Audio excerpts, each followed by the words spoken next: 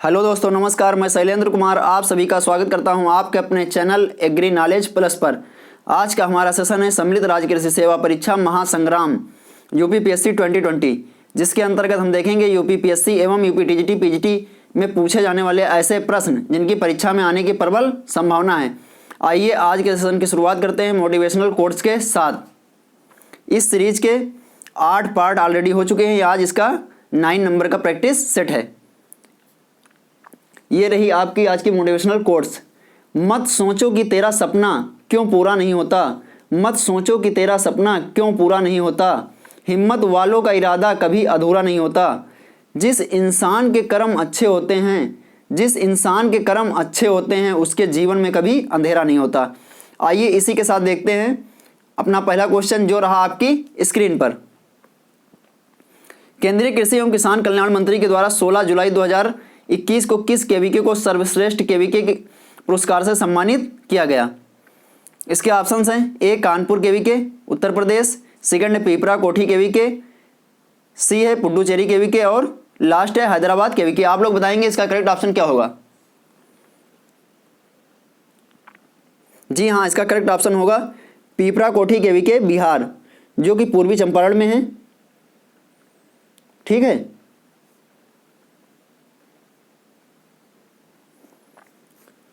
इसे सर्वश्रेष्ठ केवीके का पुरस्कार दिया गया, जिसके अंतर्गत 10 लाख रुपए की धनराशि और एक प्रमाण पत्र, एक सर्टिफिकेट प्रदान किया गया है। ठीक है, वर्तमान में भारत में 722 केवीके हैं, 722 केवीके हैं। प्रथम केवीके की स्थापना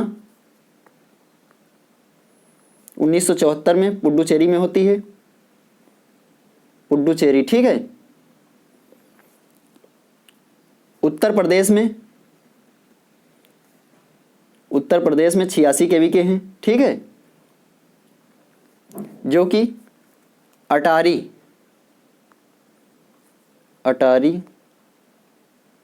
थर्ड के अंतर्गत आते हैं। अटारी थर्ड का फुल फॉर्म ने कल आप लोगों को बताया था, agriculture technology application research institute. ठीक है, ये अटारी का फुल फॉर्म है। प्रेजेंट टाइम में 86 केवीके हैं जो यूपी में कार्य कर रहे हैं। आइए आगे बढ़ते हैं और नेक्स्ट क्वेश्चन देखते हैं।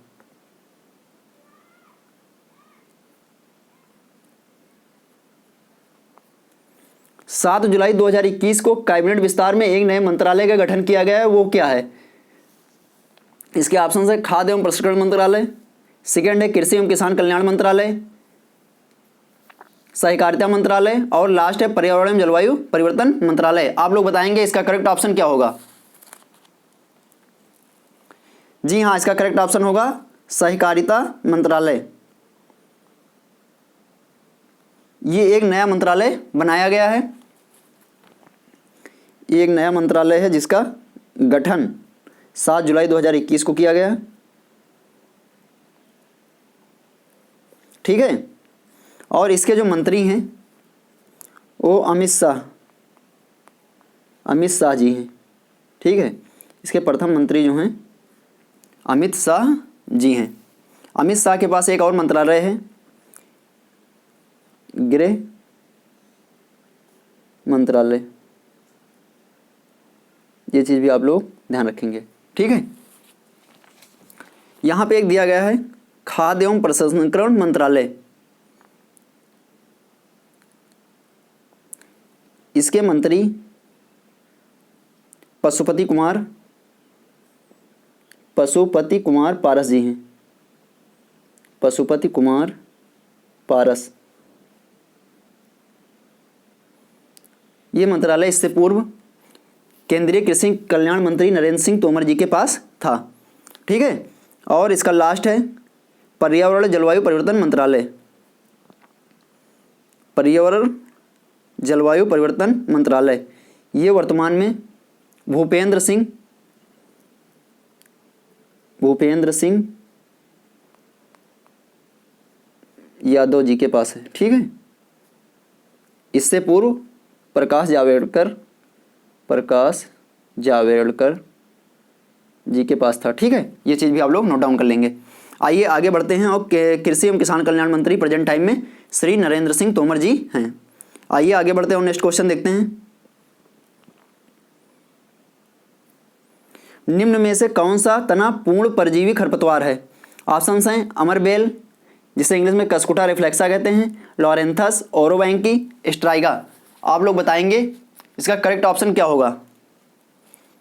जी हाँ, इसका करेक्ट ऑप्शन होगा अमरबेल। अमरबेल जो है एक पूर्ण तना परजीवी है। ठीक है, और इसे डोडर के नाम से भी जाना जाता है। इंग्लिश में से कस्कुटा रिफ्लेक्सा और उपनाम इसका एक है डोडर। ये चीज़ भी आप लोग ध्यान रखेंगे। ठीक है, दूसरे नंबर पे है अर्धतना लॉरेंथस। लॉरेंथस को कहते हैं अर्धतना परजीवी, अर्धतना परजीवी। ठीक है, ये जो मुख्यतः है आम और नींबू की फसल में लगता है। सी नंबर पे है ओरोबैंकी। ओरोबैंकी को भूईफोड़ भी कहा जाता है। ठीक है, और ये तंबाकू और सरसों में इसका प्रकोप मुख्यतः देखा जाता है। डी नंबर पे है स्ट्राइगा। स्ट्राइगा जो है इसे विज्ड वीड के नाम से भी जाना जाता है, और ये मुख्य रूप से ज्वार, बाजरा, मक्का, गेहूं की फसल में देखने को मिलता है। इसे लाल चुड़ैल के नाम से भी जाना जाता है, लाल चुड़ैल। ठीक है, ये चीज़ आप लोग ध्यान रखेंगे, क्योंकि इसके जो पौधे होते हैं लाल चुड़ैल के नाम से, इसके जो पौधे होते हैं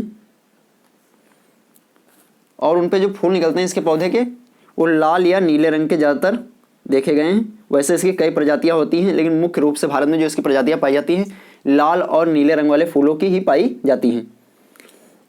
लॉरेंथस जो है ये एक अर्धतना परजीवी है। ओरोबैंकी जो है ये एक पूर्ण जड़ परजीवी। ठीक है, ओरोबैंकी जो है भूईफोड़, इसे पूर्ण जड़ परजीवी कहते हैं, और स्ट्राइगा जो है एक अर्ध जड़ परजीवी है। ठीक है, आइए आगे बढ़ते हैं और नेक्स्ट क्वेश्चन देखते हैं। निम्नलिखित में से भारतीय मृदाओं में सर्वाधिक विशाल वर्ग किस मृदा का प्रतिनिधित्व कौन सी मृदा करती है? विशाल वर्ग की जो मृदा है उसका प्रतिनिधित्व इसमें से कौन सी मृदा करती है? आप लोग बताएंगे इसका करेक्ट ऑप्शन क्या होगा। ए जलोढ़ मृदा, बी काली मृदा, सी लाल मृदा और डी लेटेराइट मृदा। आप लोग बताएंगे इसका करेक्ट ऑप्शन क्या होगा। जी हाँ, इसका करेक्ट ऑप्शन होगा जलोढ़ मृदा। जलोढ़ मृदा का जो क्षेत्रफल है भारत में सर्वाधिक है। ठीक है, ये 15 लाख वर्ग किलोमीटर क्षेत्र जो है, इस मिट्टी का विस्तार जो है 15 लाख वर्ग किलोमीटर क्षेत्र, जो देश के 43.4% भू क्षेत्र पर है। ठीक है, 15 लाख वर्ग किलोमीटर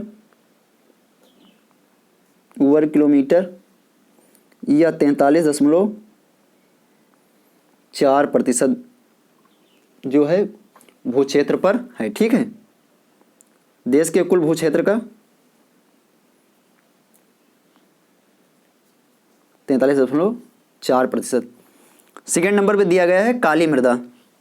काली मृदा, जलोढ़ मृदा के बारे में और कुछ चीज़ें जान लेते हैं। जलोढ़ मृदा की दो प्रकार होते हैं, खादर और बांगर। ठीक है, खादर और बांगर। नवीन जलोढ़ मृदा को खादर कहा जाता है, और जो पुरानी जलोढ़ मृदा होती है उसे बांगर के नाम से जाना जाता है। इन मृदाओं में पोटास व चूना प्रचुर मात्रा में मिलता है, जबकि फास्फोरस, नाइट्रोजन और जीवांश का अभाव होता है। और ये मृदाएं मुख्यतः धान, गेहूं, गन्ना, दलहन, तिलहन इत्यादि के लिए उपयुक्त होती हैं। दूसरी देखते हैं काली मृदा। काली मृदा का जो क्षेत्रफल है भारत में 5.46 लाख वर्ग किलोमीटर है। ये चीज़ भी आप लोग नोट कर लीजिए। काली मृदा का जो क्षेत्रफल है 5.46 लाख वर्ग किलोमीटर। ठीक है, जो देश का कुल भू क्षेत्र है उसका 15.2%। ये चीज़ आप लोग नोट डाउन कर लेंगे।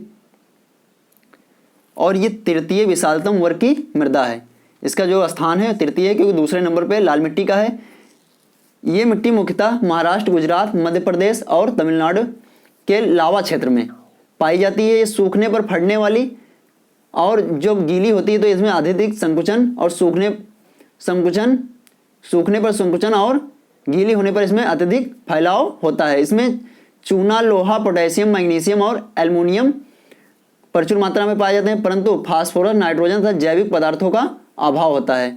और उत्तर प्रदेश में इस मृदा को करेल या कपासी मृदा के नाम से भी जाना जाता है। ये चीज़ आप लोग जरूर ध्यान रखेंगे। उत्तर प्रदेश में किस किस नाम से जानते हैं? उत्तर प्रदेश में करेल या कपास मृदा, ठीक है। और इस मृदा का स्थान जो है क्षेत्रफल की दृष्टि से तीसरे नंबर पे है। दूसरे नंबर पे जो मृदा दी गई है लाल मृदा। लाल मृदा का जो क्षेत्रफल है 6.1 लाख वर्ग किलोमीटर, ठीक है। देश के भू क्षेत्र का 18.6%। देश का जो कुल भू क्षेत्र है उसका 18.6% है। और इसका विस्तार जो है मुख्य रूप से तमिलनाडु, कर्नाटक, दक्षिणी पूर्वी महाराष्ट्र और मध्य प्रदेश के पूर्वी भागों में, इसके अलावा उड़ीसा, नागपुर और बुंदेलखंड क्षेत्रों में पाया जाता है, ठीक है। इस प्रकार की मृदा का जो स्थान है वो दूसरे नंबर पे है क्योंकि क्षेत्रफल की दृष्टि से ये दूसरे नंबर पे है, ठीक है। इसमें ग्रेनाइट, नीस, शिस्ट आदि खनिज पदार्थों जो होते हैं इसे नीस, ग्रेनाइट आदि खनिजों से हुई है। इसका जो निर्माण होता है नीस से, शिस्ट से और ग्रेनाइट से हुआ है। इसमें लोहे के अंश अधिकतम होते हैं तथा जीवांश, नाइट्रोजन, फास्फोरस और चूना की कमी पाई जाती है। ये मृदा जो होती है मुख्य रूप से बाजरा, गेहूं, दलहन और तंबाकू की खेती के लिए उपयुक्त पाई गई है। लास्ट में देखते हैं लेटेराइट मृदा। इसके बारे में कुछ चीज़ें जान लेते हैं। लेटेराइट मृदा का जो क्षेत्रफल है वो देश के कुल भू क्षेत्र का 3.7%। कितना है? 3.7% है।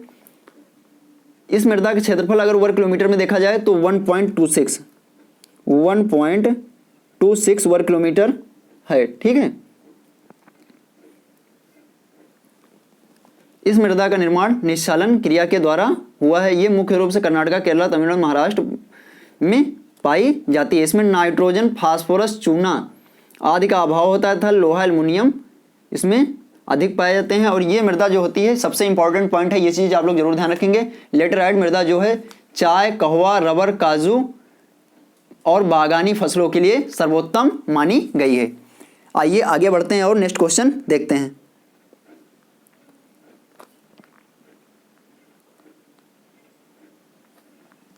– 2012-13 के आंकड़ों के आधार पर देश की कुल कृषि योग्य भूमि का लगभग कितने प्रतिशत उत्तर प्रदेश में है? इसके ऑप्शन हैं 10.48%, 20.48%, 30.48% और 40.48%। आप लोग बताएंगे इसका करेक्ट ऑप्शन क्या होगा? जी हाँ, इसका करेक्ट ऑप्शन होगा 10.48%। जो देश की कुल कृषि योग्य भूमि है उसका 10.48% उत्तर प्रदेश में है। ये चीज़ आप लोग जरूर ध्यान रखेंगे। आइए आगे बढ़ते हैं और नेक्स्ट क्वेश्चन देखते हैं। निम्न में से कौन सा नकलची खरपतवार है? इसके ऑप्शंस हैं फाइलेरिस माइनर, इकोकोलिया, crusgalli, Avena fatua, all of this. आप लोग बताएंगे इसका करेक्ट ऑप्शन क्या होगा? जी हाँ, इसका करेक्ट ऑप्शन होगा ऑल ऑफ दिस, उपरोक्त सभी, ठीक है। फाइलेरिस माइनर ये भी एक नकलची खरपतवार है जिसे गेहूं का मामा, गुल्ली डंडा या गेहूंसा इत्यादि के नामों से जाना जाता है, ठीक है। और ये गेहूं की फसल का मुख्य खरपतवार है। किस फसल का? गेहूं की फसल का। यहाँ पे इसकी जो पहचान होती है, आइए आप लोगों को हम इसकी पहचान बताते हैं।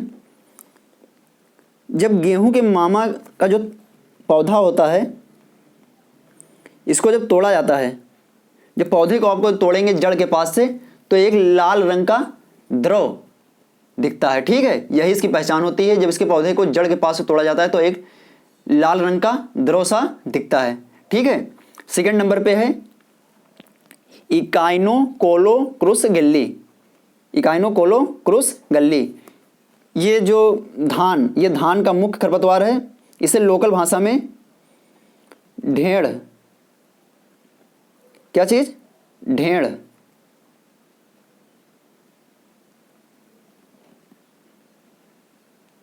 ढेड़ के नाम से भी जाना जाता है। और इसका कलर, जो ये पौधा होता है, ये बिल्कुल धान के पौधे के समान होता है, इसलिए इनको मिमिक्री वीड के नाम से भी जाना जाता है। मिमिक्री वीड के वे होते हैं जो नकलची खरपतवार होते हैं, इनको मिमिक्री वीड भी कहा जाता है। ये चीज़ भी आप लोग ध्यान रखेंगे।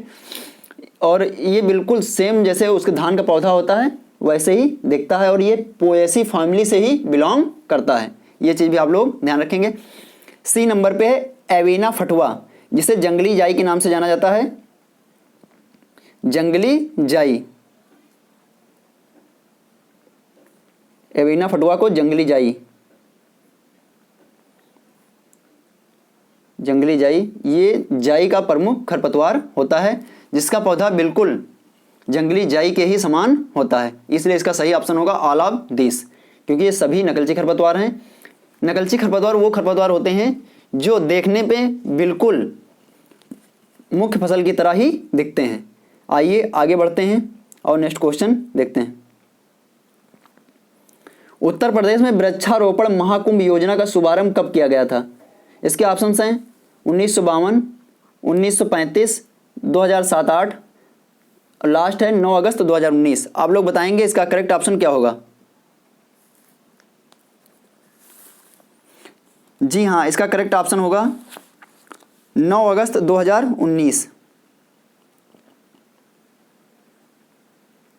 9 अगस्त 2019 को उत्तर प्रदेश में वृक्षारोपण महाकुंभ योजना की शुरुआत होती है।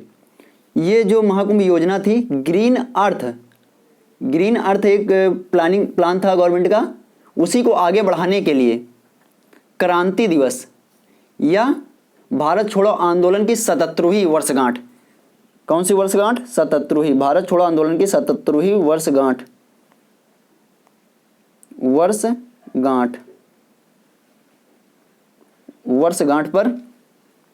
वर्षगांठ के मौके पर ये योजना जो है लागू की जाती है। और इसके अंतर्गत जो वृक्षारोपण का लक्ष्य था 22 लाख पौधे, कितने? 22 लाख पौधों को लगाने का लक्ष्य रखा गया था, जो कि लगभग पूरा किया गया। इसके अंतर्गत 22 करोड़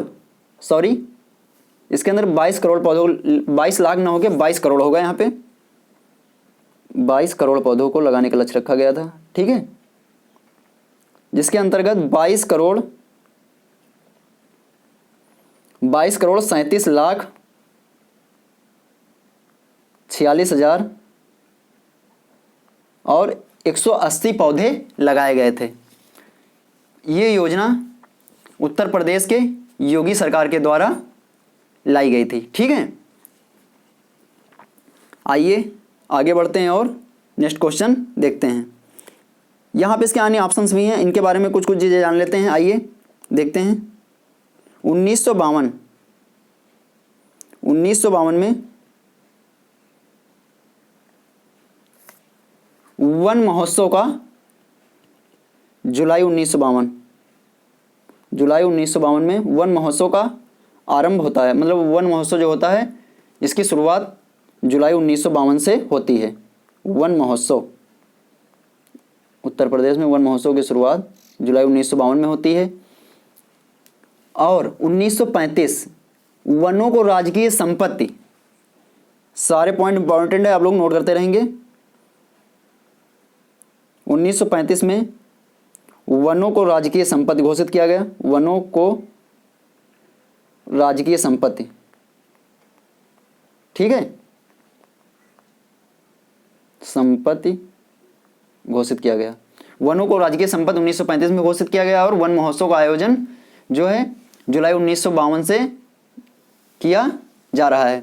उत्तर प्रदेश सरकार के द्वारा ऑपरेशन ग्रीन चलाया गया था जो कि 2007-8 में, ठीक है, 2007-8 में कौन सा उत्तर प्रदेश सरकार के द्वारा ऑपरेशन ग्रीन चलाया जाता है, ऑपरेशन ग्रीन। ठीक है, आइए आगे बढ़ते हैं और नेक्स्ट क्वेश्चन देखते हैं।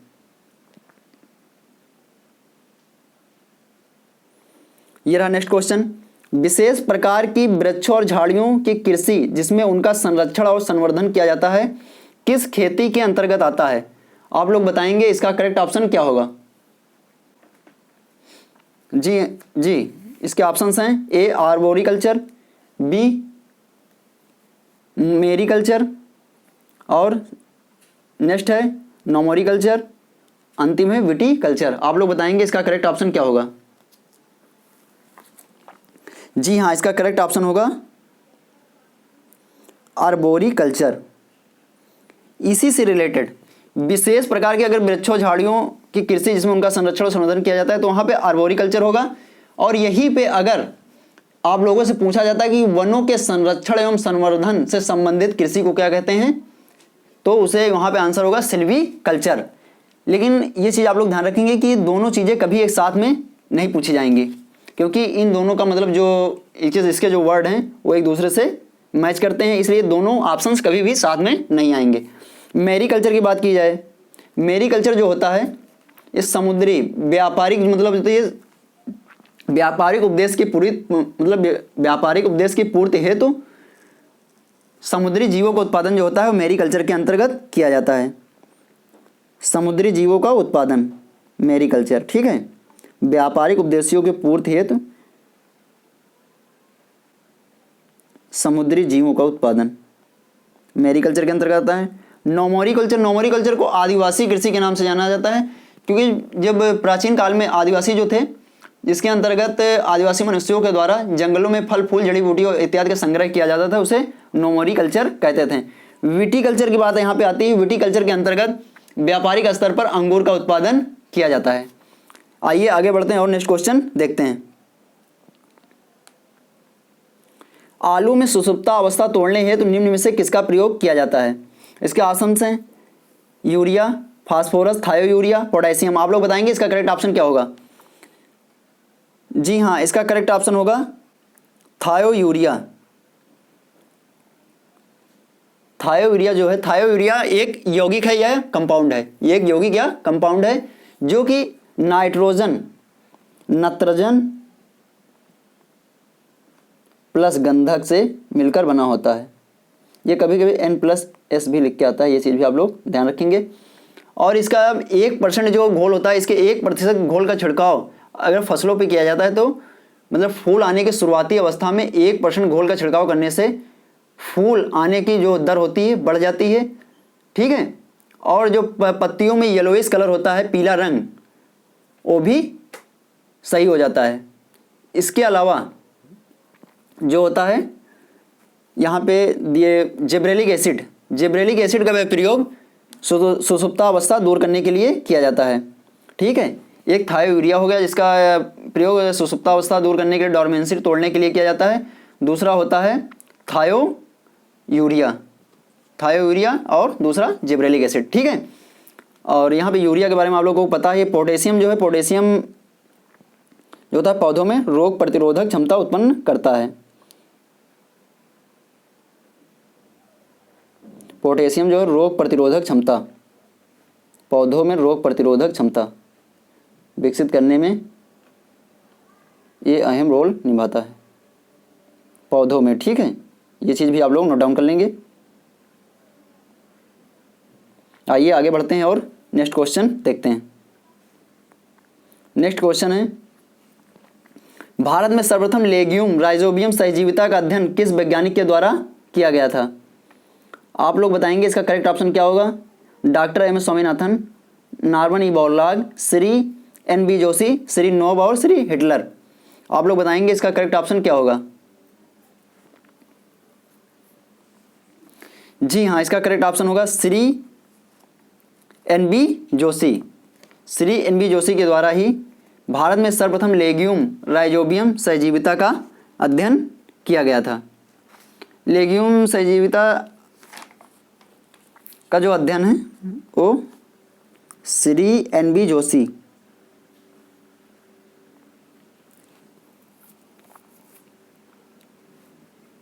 श्री एन.बी. जोशी के द्वारा किया गया था और भारत में इसकी जो शुरुआत होती है वो 1956 में, 1956।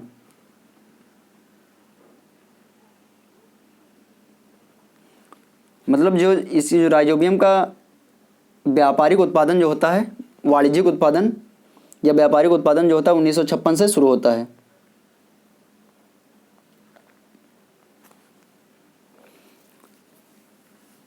और यहीं पर एक चीज़ और आप लोग ध्यान से देख लीजिए, श्री नोवा और हिटलर जैव उर्वरक का जो वाणिज्यिक इतिहास है वो बहुत पुराना है।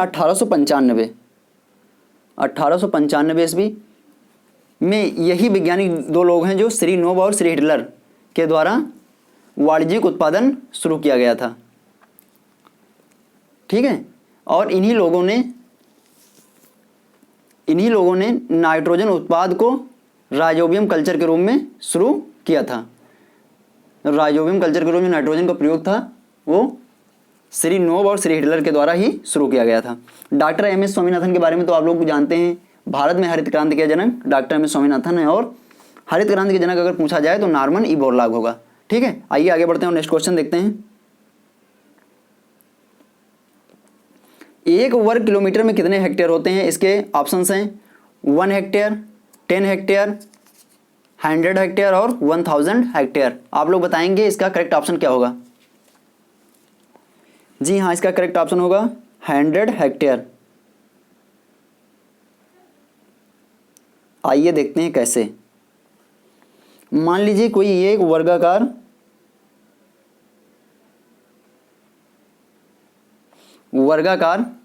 1 किलोमीटर का क्या है, खेत है। वर्ग का मतलब क्या होता है? जिसकी सभी साइड बराबर हों। क्या होता है? जिसकी सभी साइड बराबर हो। 1000 ये भी होगी, 1000 ये भी होगी, ये इसके बराबर है और ये, तो चारों साइड बराबर होती हैं। वर्ग का क्षेत्रफल होता है साइड स्क्वायर या भुजा स्क्वायर। भुजा स्क्वायर यानी कि भुजा गुणे भुजा। ठीक है, तो यहाँ पे हो जाएगा 1000 गुणे 1000 और अपॉन 1000। आप लोग सोच रहे हैं 1000 ये कहाँ से आ गया? 1000 जो होता है 1 हेक्टेयर में 10,000, 10,000 जो है 1 हेक्टेयर में 10,000 वर्ग मीटर होते हैं। कितने मीटर होते हैं? 10,000 वर्ग मीटर। और 1 किलोमीटर में 1000 मीटर होते हैं। तो ये जो है हेक्टेयर में से चेंज करने के लिए हम 10,000 से इसको डिवाइड करेंगे तो ये 3 जीरो से 3 जीरो कट जाएंगे और 1 जीरो से 1 जीरो कट जाएगा और क्या आएगा? 100 हेक्टेयर यहाँ पे आएगा। एक बार फिर से सुन लीजिए, यहाँ पे 1 वर्ग किलोमीटर की बात की गई थी कि 1 वर्ग किलोमीटर क्षेत्रफल में कितने हेक्टेयर होंगे। तो वर्ग का मतलब होता है जिसके चारों साइड बराबर हों, यानी कि एक खेत ऐसा है जिसकी साइड से जो लंबाई है, लंबाई चौड़ाई सब मतलब बराबर है और ये 1000 क्या है? किलोमीटर है, क्योंकि 1 वर्ग किलोमीटर में 1000 मीटर होते हैं। क्या होता है? 1000 मीटर। 1 किलोमीटर में 1000 मीटर होते हैं और 1000 गुणे 1000, क्योंकि भुजा का जो वर्ग का क्षेत्रफल होता है, वर्ग का क्षेत्रफल जो होता है, वर्ग का क्षेत्रफल भुजा स्क्वायर होता है, इसलिए भुजा गुणे भुजा हो जाएगा। यहाँ पे 1000 इंटू 1000 बाई 10,000। 10,000 जो होता है क्योंकि 1 हेक्टेयर में 10,000 मीटर स्क्वायर होता है। 10,000 मीटर स्क्वायर इसको डिवाइड कर देंगे, 4 जीरो से 4 जीरो कट जाएंगे और बचेगा यहाँ पे 100, यानी कि 1 वर्ग किलोमीटर में 100 हेक्टेयर होंगे। यहीं पे आप लोगों को एक चीज़ और हम बताए दे रहे हैं, 1 हेक्टेयर में 1 हेक्टेयर में 2.47 एकड़ होते हैं, ठीक है। और 1 एकड़ में 43,560 वर्ग फीट होते हैं।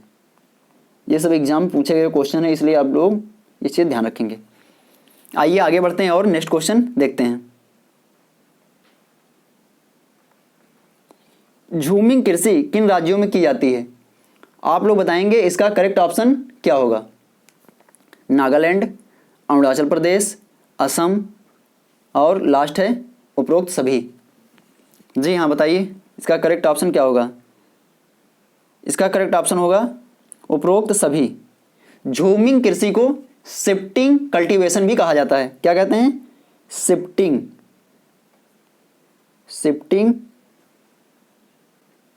कल्टीवेशन, शिफ्टिंग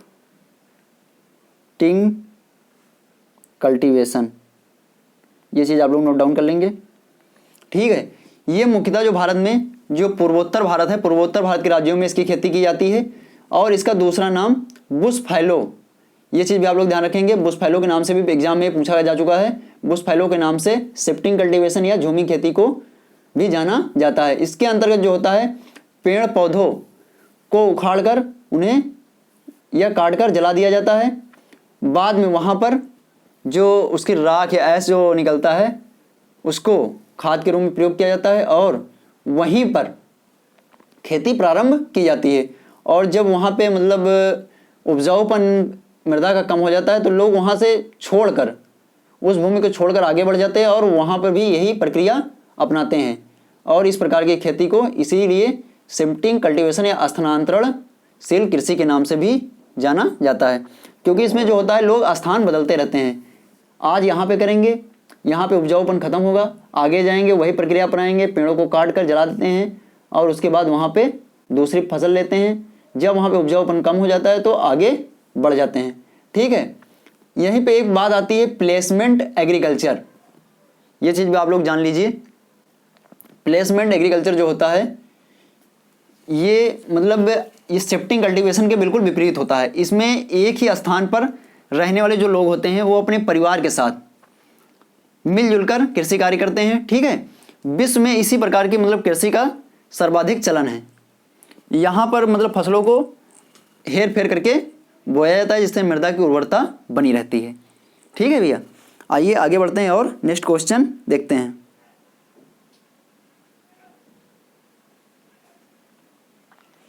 शुष्क खेती में वार्षिक वर्षा कितने सेंटीमीटर से कम पाई जाती है? इसके ऑप्शंस हैं 50 सेंटीमीटर, 20 सेंटीमीटर, 10 सेंटीमीटर, 80 सेंटीमीटर। आप लोग बताएंगे इसका करेक्ट ऑप्शन क्या होगा। जी हाँ, इसका करेक्ट ऑप्शन होगा 50 सेंटीमीटर।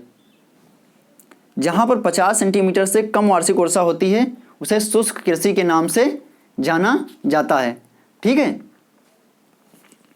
यहाँ पे कभी कोई 50 सेंटीमीटर नहीं लिख के इंच में आता है तो होगा वहाँ पे 20 इंच, क्योंकि एक इंच में 2.54 सेंटीमीटर होते हैं, ठीक है। ये चीज़ भी आप लोग ध्यान रखेंगे। आइए आगे बढ़ते हैं और नेक्स्ट क्वेश्चन देखते हैं। उत्तर प्रदेश में औसत जोत का आकार कितना है? इसके ऑप्शंस हैं 79.45 हेक्टेयर, 67.10 हेक्टेयर, 0.76 हेक्टेयर और लास्ट है 10.15 हेक्टेयर। आप लोग बताएंगे इसका करेक्ट ऑप्शन क्या होगा।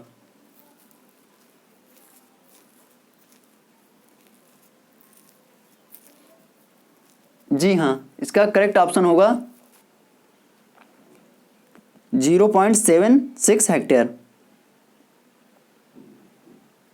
ठीक है।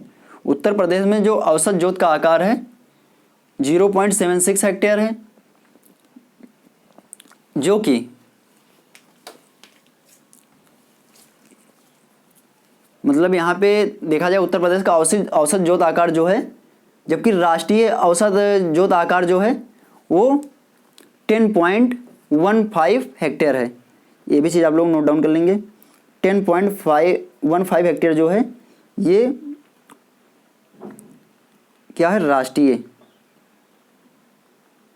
राष्ट्रीय जोत आकार, राष्ट्रीय जोत आकार। अगर आप लोगों से राष्ट्रीय जोत आकार की बात की जा रही है तो वहाँ पे 10.15 होगा, और उत्तर प्रदेश में अगर औसत जोत आकार की बात की जा रही है तो वहाँ पे 0.76 होगा। आइए इसके अन्य ऑप्शंस के बारे में चर्चा कर लेते हैं। यहाँ पे दिया गया है 67.10। ठीक है, उत्तर प्रदेश में कुल जोतों के 1 हेक्टेयर से, मतलब 1 हेक्टेयर से कम वाला जो हिस्सा है वो कितने परसेंट है, 79.45%। 1 हेक्टेयर से कम जो मतलब क्षेत्र वाली जोतें हैं वो कितनी है, 79.45%। और 67.10 ये राष्ट्रीय 1 हेक्टेयर की, मतलब जो 1 हेक्टेयर से कम वाली जो राष्ट्रीय औसत जोत आकार है वो है 67.10%। आप लोग यहाँ पे कंफ्यूज मत होना, ये यहाँ पे परसेंटेज होगा, ठीक है, और यहाँ पे भी परसेंटेज होगा। इसमें हमने लिख दिया था मतलब कि जिससे आप लोग समझ जाएं और कभी भी आप लोगों को डाउट ना हो, इसलिए हमने यहाँ पे हेक्टेयर डाल दिया था। क्योंकि यहाँ पे उत्तर प्रदेश कुल जोतों का मतलब 1 हेक्टेयर से पूछा गया, 1 हेक्टेयर से कम, 1 हेक्टेयर से कम वाली मतलब जोतों का परसेंटेज में जब पूछा जाएगा 79.45% होगा, और जब आप लोगों से औसत जोत का आकार हेक्टेयर में पूछा जाएगा तो 0.76 हेक्टेयर होगा।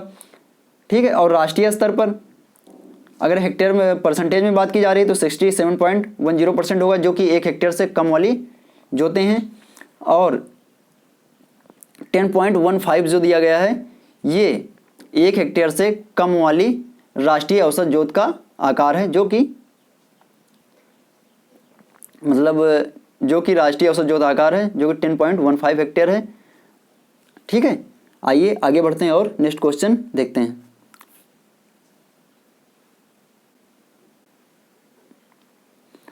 DFI समिति का अध्यक्ष कौन है?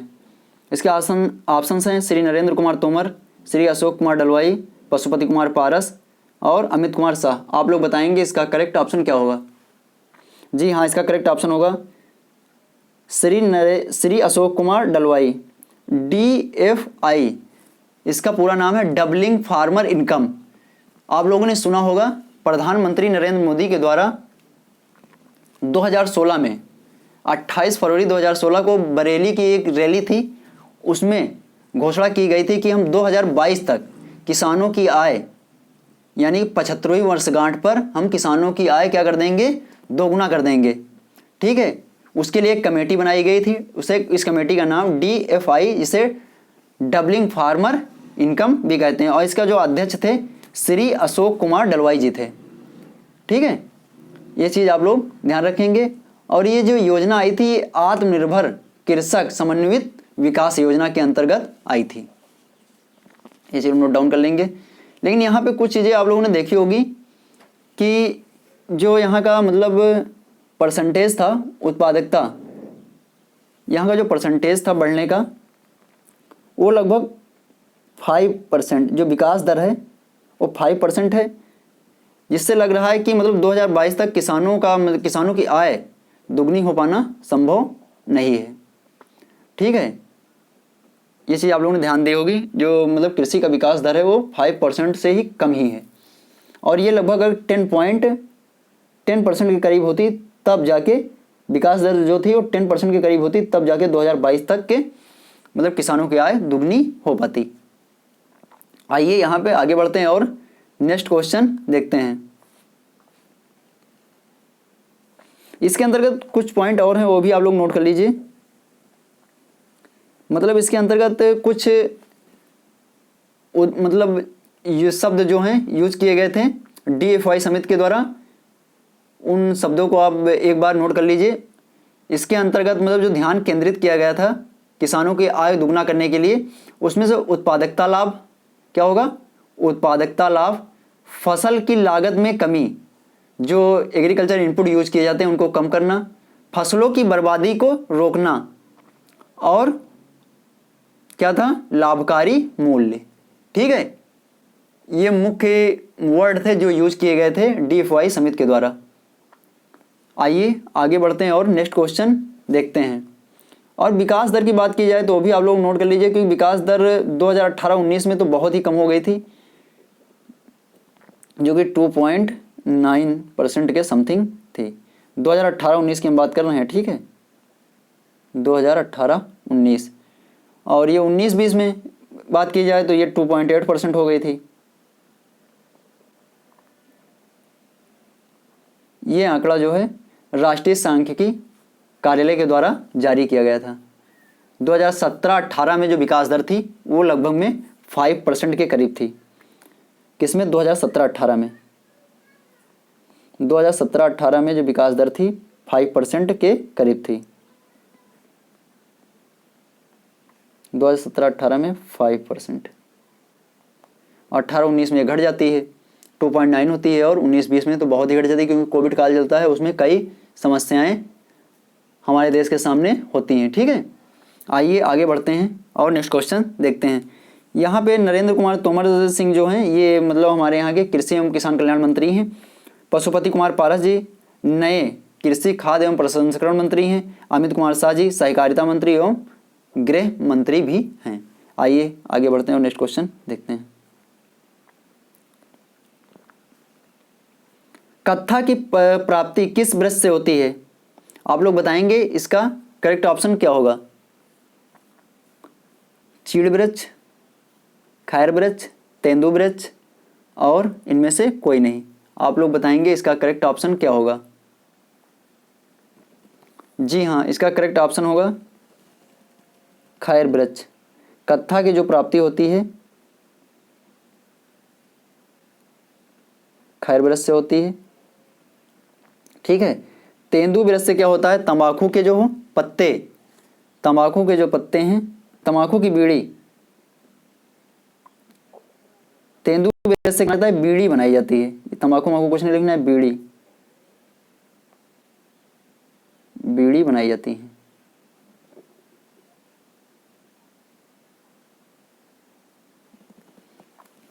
आइए आगे बढ़ते हैं और नेक्स्ट क्वेश्चन देखते हैं।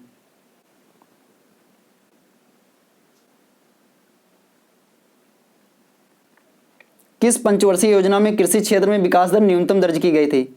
इसके ऑप्शंस हैं प्रथम 1951 से 56, द्वितीय 1956 से 61, तृतीय 61 से 66 और चतुर्थ 1966 से 69। आप लोग बताएंगे इसका करेक्ट ऑप्शन क्या होगा। जी हाँ, इसका करेक्ट ऑप्शन होगा 1961 से 66, तृतीय पंचवर्षीय योजना। इसमें जो कृषि क्षेत्र में विकास दर थी वो न्यूनतम छोड़ दीजिए, बल्कि निगेटिव या ऋणात्मक हो गई थी, ऋणात्मक हो गई थी, जो कि -0.73% के करीब थी। ठीक, ये चीज़ आप लोग नोट कर लेंगे। ठीक है, इसका कारण जो था चाइना और पाकिस्तान के साथ भारत का युद्ध, कारण भी आप लोग जरूर ध्यान रखेंगे। क्या कारण था? चाइना और पाकिस्तान के साथ भारत का युद्ध। अब यहाँ पे देखते हैं पहला ऑप्शन 1951 से 56, ये प्रथम पंचवर्षीय योजना थी। ठीक है, इसमें जो विकास दर थी, इसका लक्ष्य जो रखा गया था 2.1 लक्ष्य था। प्रथम में लक्ष्य 2.1% था, और जबकि जो प्राप्ति हुई थी वो 2.71% थी, जो कि लक्ष्य से अधिक थी, आशा से अधिक। ठीक है, आशा से अधिक या लक्ष्य से अधिक। द्वितीय पंचवर्षीय योजना, इसमें जो विकास दर थी, द्वितीय पंचवर्षीय योजना जो आई थी 1956 से 61, इसमें 3 विकास दर जो थी 3.1% थी। चतुर्थ नंबर पे दिया गया है 1966 से 69। ये 3 वार्षिक परियोजना। यहाँ पे कौन कौन सी चली? 3 वार्षिक, क्योंकि युद्ध के बाद परिस्थितियाँ हमारे देश की बहुत ख़राब हो गई थी और उसके बाद से कोई पंचवर्षीय योजना नहीं आई थी। 1966 से 69 के बीच में यहाँ पे एक वर्ष की 3 वर्षीय मतलब योजनाएं चली थी। 3 वर्षीय योजनाएं जो थी 66 से 69, और इसका जो विकास दर थी वो 4.16%। ठीक है, आइए आगे बढ़ते हैं और नेक्स्ट क्वेश्चन देखते हैं। चावल में गुणसूत्र संख्या कितनी होती है? इसके ऑप्शन हैं 2n24, 2n14, 2n20, 2n42। आप लोग बताएंगे इसका करेक्ट ऑप्शन क्या होगा। जी हाँ, इसका करेक्ट ऑप्शन होगा 2n24। चावल में गुणसूत्र संख्या जो होती है 2n24 होती है। गेहूं की बात की जाए तो 2n42 होती है। ठीक है, और यहाँ पे बाजरे की बात की जाए तो 20, और ज्वार की बात की जाए तो 14 होगी। ये चीज़ आप लोग नोट डाउन कर लेंगे। आइए आगे बढ़ते हैं और नेक्स्ट क्वेश्चन देखते हैं।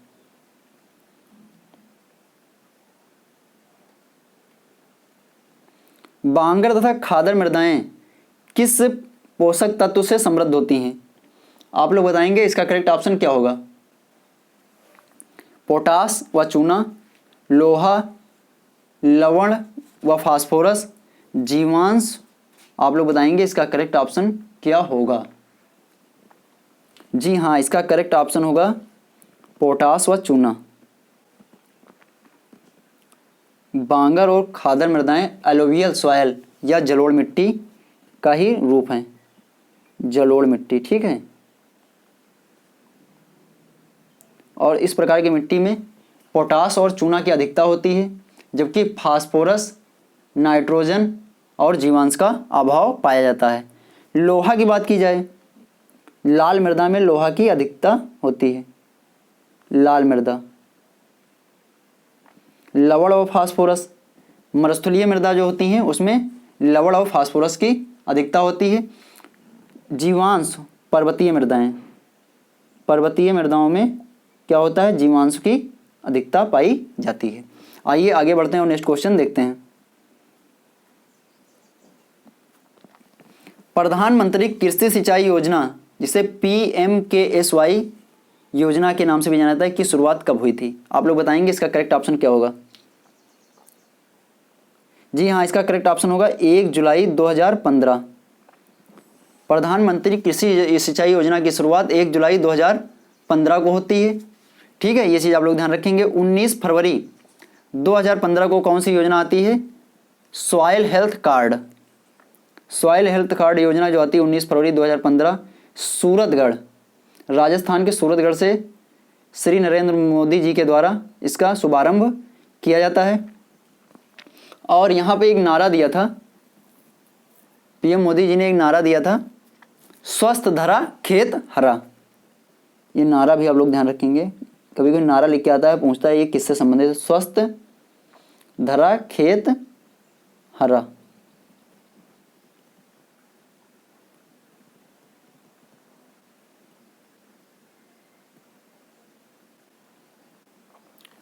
ठीक है, ये नरेंद्र मोदी जी के द्वारा नारा दिया गया था 1 जुलाई 2015। आइए अब इसके बारे में कुछ ये जान लेते हैं इंपॉर्टेंट, उसके बाद इसके अन्य ऑप्शन के बारे में चर्चा करेंगे।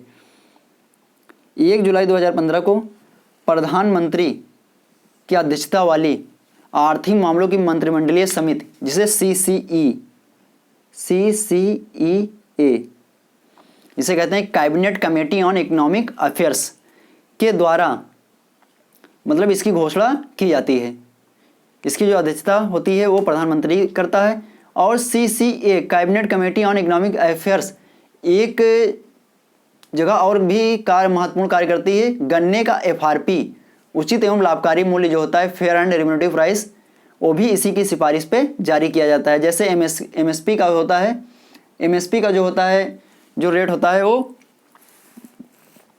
किसके द्वारा जारी किया जाता है? आप लोग बताएंगे। CACP, commission for agriculture cost and prices. ठीक है, रबी और खरीफ की फसलों पर जो MSP जारी किया जाता है वो CACP के द्वारा जारी किया जाता है, जबकि गन्ने पर जो FRP होता है, फेयर एंड एवरेटिव प्राइस, वो आर्थिक मामलों की मंत्रिमंडलीय समिति की सिफारिश पर किया जाता है और इसका अध्यक्ष जो होता है भारत का प्रधानमंत्री होता है। यह योजना 5 वर्षों के लिए पहले चलाई गई थी, जो कि 2015-16 से 19-20 के लिए थी। इसके लिए 50,000 करोड़ रुपए की राशि का प्रावधान किया गया था। यहाँ पे आप लोग राशि भी ध्यान रखेंगे, क्योंकि एग्जाम में पूछा जा सकता है कि प्रधानमंत्री कृषि सिंचाई योजना के लिए जो प्रथम 5 साल थे उसके लिए कितनी धनराशि आवंटित की गई थी। 50,000 करोड़ रुपए इसके लिए धनराशि जो थी आवंटित की गई थी। यहाँ पे कुछ वाक्य भी प्रयोग किए गए थे, उन चीज़ों को भी आप लोग ध्यान रखेंगे। खेतों पर जल प्रयोग करने की दक्षता में सुधार लाने के लिए, मतलब जो था खेतों में जल प्रयोग करने की दक्षता में सुधार लाने के लिए, जिससे जल का अपव्यय या जो व्यर्थ जल बह जाता है उसको रोकने के लिए प्रति बूंद अधिक फसल, यानी कि मोर क्रॉप पर ड्रॉप क्या यूज हुआ था,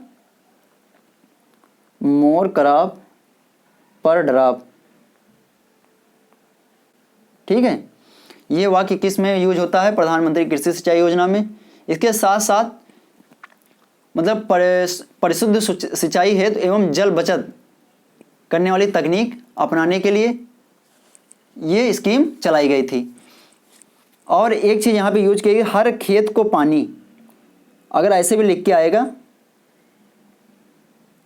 कि हर खेत को पानी वाक्य किस योजना के लिए है, तो आप लोग समझ जाएंगे कि प्रधानमंत्री कृषि सिंचाई योजना के लिए ये वाक्य प्रयोग किया गया, हर खेत को पानी, हर खेत को पानी, और यह मोर क्रॉप पर ड्रॉप। इससे आप लोग समझ जाएंगे कि ये सिंचाई योजना की बात यहाँ पे की जा रही है। और यहाँ पे देखते हैं 5 मई 2005 को NHM नेशनल हॉर्टिकल्चर मिशन की शुरुआत कब होती है, 5 मई 2015 को। ठीक है, ये कभी कोई मई नहीं लिख के यहाँ पे आता है तो लिख के आएगा 2005-6, तब भी इसका सही आंसर होगा NHM नेशनल हॉर्टिकल्चर मिशन। 1 अप्रैल 1985 को भारत में जो फसल बीमा है तो पहला प्रयास किया गया था, वो 1 अप्रैल 1985 को ही किया गया था। ठीक है, जिसके अंतर्गत एक कंप्रहेंसिव स्कीम लाई गई थी बीमा के लिए, और इसकी शुरुआत 1 अप्रैल 1985 से होती है। आइए आगे बढ़ते हैं और नेक्स्ट क्वेश्चन देखते हैं। निम्न में बहुमंजिला खेती किस खेती का अंश धारण करती है? आप लोग बताएंगे इसका करेक्ट ऑप्शन क्या होगा।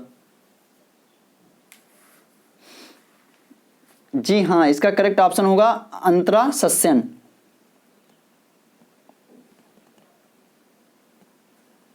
यहां पे अंश धारण की बात ये की जा रही है कि मतलब बहुमंजिला खेती जो है वो किससे मिलती जुलती है। बहुमंजिला खेती के बारे में पहले आप लोगों को हम बताए दे रहे हैं कि बहुमंजिला खेती क्या होती है। बहुमंजिला खेती में विभिन्न ऊंचाई की जब कई फसलें साथ साथ बोई जाती हैं तो बहुमंजिला खेती कहलाती है। बहुमंजिला खेती में जैसे एक फसल मान लीजिए ये मक्के की हो गई, फिर यहाँ पे उड़द की फसल हो गई, और एक मतलब एक इस ऊंचाई की मान लीजिए कोई मिर्च की फसल हो गई। ठीक है, जब विभिन्न ऊंचाई की कई फसलें एक साथ उगाई जाती हैं तो ये बहुमंजिला खेती कहलाती है। और इसमें विशेष बात ये होती है कि इनको एक निश्चित दूरी, ठीक है, निश्चित दूरी और निश्चित अनुपात में बोया जाता है। इसीलिए यहाँ पे निश्चित दूरी और निश्चित अनुपात की जब बात की जाती है तो यही प्रक्रिया इंटरक्रॉपिंग अंतरा सस्यन में भी अपनाई जाती है।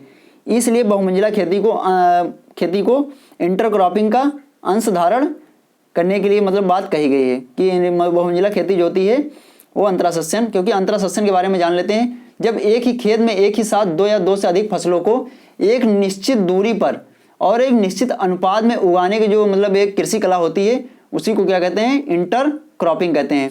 इसके एग्जाम्पल एक मान लीजिए जैसे वीट या गेहूं की 9 पंक्तियां बोई जाएं और एक पंक्ति सरसों की जब साथ में बो दी जाती है पट्टी के रूप में, तो फिर उसके बाद 9 पंक्तियां गेहूं की, फिर एक पंक्ति सरसों की।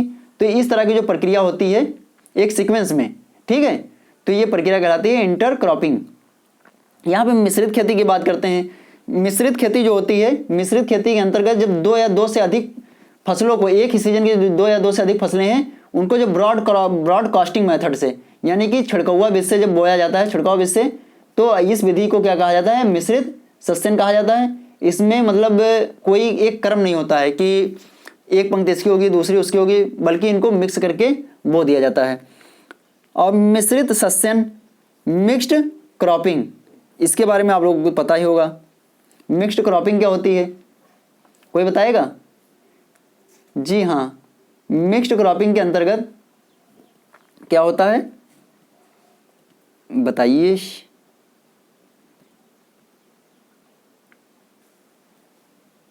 मिक्स्ड क्रॉपिंग, उससे पहले जान लेते हैं तैरती हुई खेती। क्या चीज? तैरती हुई खेती। तैरती हुई खेती मतलब जो है श्रीनगर में, श्रीनगर के डल झील में, श्रीनगर के डल झील में, श्रीनगर के डल झील में जो एक विधि अपनाई जाती है, जो मतलब नावों पर, नावों के ऊपर सब्जियों की खेती की जाती है, उसे तैरती हुई या फ्लोटिंग फार्मिंग के नाम से जाना जाता है। ठीक है, ये मिक्स्ड क्रॉपिंग हो गई। मिक्स्ड फार्मिंग, मिक्स्ड फार्मिंग क्या होता है बताइए आप लोग।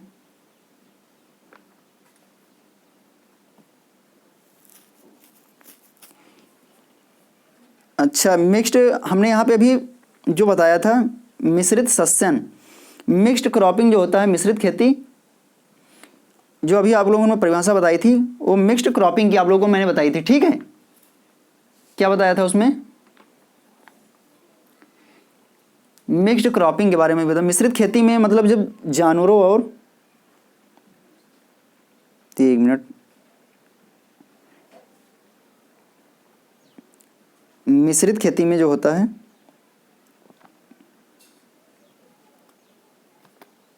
मिश्रित खेती के अंदर फसलों के उत्पादन को एक एक साथ, मतलब मिश्रित जो खेती होती है, मिश्रित खेती के बारे में पहले आप लोगों को बताया दे रहे हैं। वहाँ पे हमें लगता है थोड़ा हम शायद इसके बारे में बता दिए थे, तो वहाँ पे ये होगा कि मिश्रित खेती जो होती है, मिश्रित खेती के अंतर्गत फसलों के उत्पादन के साथ साथ पशुपालन या डेयरी उद्योग का भी कार्य किया जाता है। इसमें एक मुख्य व्यवसाय होता है और इस पे एक दूसरा डिपेंडेंट, मतलब एक व्यवसाय जो होता है, दूसरा व्यवसाय जो होता है पहले वाले व्यवसाय पे डिपेंड करता है, और दूसरा वाला व्यवसाय जो होता है वो पहले वाले व्यवसाय के जो कुछ चीज़ें होती हैं उप बाई प्रोडक्ट, जिन्हें बाई प्रोडक्ट के नाम से आता है, उसका उपभोग करता है। जैसे फसलें मतलब होती हैं, फसलों का जो ग्रेन्स होते हैं उनका उपयोग मतलब किसानों के द्वारा किया जाता है, और जो पुआल होता है, पुआल का प्रयोग जानवरों के द्वारा किया जाता है। इस प्रकार से जो मतलब ये जो होती हैं मिश्रित खेती में, जो दूसरा मतलब सहायक जो उद्योग होता है वो कम से कम कितनी हिस्सेदारी रखता है? 10%। 10% हिस्सेदारी रखता है, ये भी चीज़ आप लोग ध्यान रखेंगे। और जो पहले हमने बताया था वो मिश्रित सस्यन के बारे में था। मिश्रित सस्यन में मतलब जब 2 या 2 से अधिक फसलों को बिना पंक्ति के मिक्स करके जब बो दिया जाता है ब्रॉडकास्टिंग मेथड से, तो मिश्रित सस्यन कहलाता है। ठीक है, आइए आगे बढ़ते हैं और नेक्स्ट क्वेश्चन देखते हैं।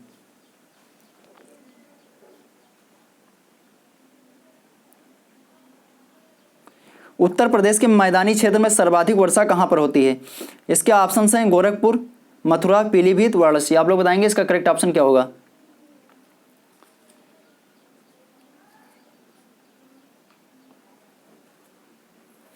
जी हाँ, इसका करेक्ट ऑप्शन होगा गोरखपुर। सर्वाधिक वर्षा उत्तर प्रदेश में गोरखपुर में होती है, और सबसे कम वर्षा कहाँ होती है? मथुरा। कम यहाँ होती है और सर्वाधिक जो होती है गोरखपुर में होती है। ये चीज़ आप लोग नोट डाउन कर लेंगे। अगर इसकी बात की जाए कितने सेंटीमीटर लगभग में सर्वाधिक वर्षा की, तो औसत जो इसका होता है 184.7 सेंटीमीटर। अब मथुरा में जो होता है न्यूनतम सबसे कम 54.4% होती है। ठीक है, आइए आगे बढ़ते हैं, नेक्स्ट क्वेश्चन देखते हैं। क्रॉप लॉगिंग किसके परीक्षण की एक विधि है? जल भराव के कारण होने वाली हानि, फसल उत्पादन हेतु पौधों की पोषक आवश्यकताओं को जानने के लिए पादप विश्लेषण, फसल के गिरने से होने वाली हानि, उपरोक्त में से कोई नहीं। आप लोग बताएंगे इसका करेक्ट ऑप्शन क्या होगा? जी हाँ, इसका करेक्ट ऑप्शन होगा फसल उत्पादन हेतु पौधों की पोषक आवश्यकताओं को जानने के लिए पादप विश्लेषण की एक विधि है ये क्रॉप लॉगिंग। ठीक है, क्रॉप लॉगिंग क्या है? फसल उत्पादन है तो पौधों के लिए जो पोषक तत्व की आवश्यकता होती है उसकी जो जांच की जाती है, विश्लेषण किया जाता है, वही कहलाती है क्रॉप लॉगिंग। आइए आगे बढ़ते हैं और नेक्स्ट क्वेश्चन देखते हैं।